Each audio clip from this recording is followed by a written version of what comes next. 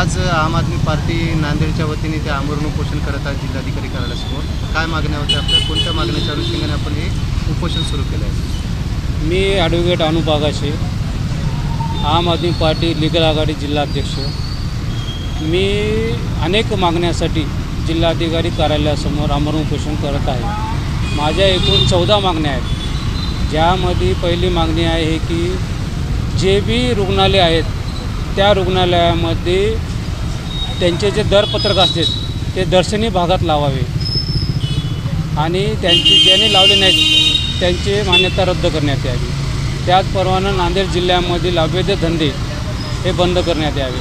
तसेच झोन क्रमांक 3, झोन क्रमांक 2 व झोन क्रमांक 4 चे सहाय्यक आयुक्त यांची तात्काळ बदली करून त्यांच्या मूळ पदावर त्यांना पाठवण्यात यावे.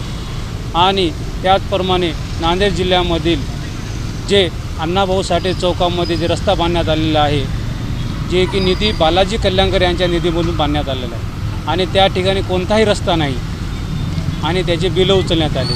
त्याचप्रमाणे महबूबनगरमध्ये गली नंबर 3 गली नंबर 4 यामध्ये रस्ता आणि नाली बांधकाम करण्याचं टेंडर काढलं आणि त्या ठिकाणी काम पूर्ण झालेले व काम सुरू झालेले फलक लावण्यात आले. मग अस्तित्वात त्या ठिकाणी कोणत्याही प्रकारचा रस्ता नाही आणि नाली बी नाही आणि या गुत्तेदारांनी संगनमत करून बिले उचलून खाल्लेले आहेत.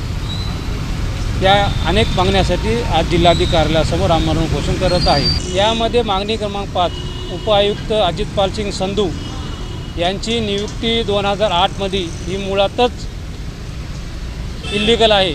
त्यामुळे त्यांची चौकशी करून त्यांना कायमस्वरूपी काढून त्यांच्यावर गुन्हे दाखल करण्यात यावे ही एक मागणी आहे. आणि त्याचप्रमाणे मला मधुमेहचा आजार असून जर मला काही झाले तर यात प्रशासन जिम्मेदार राहील.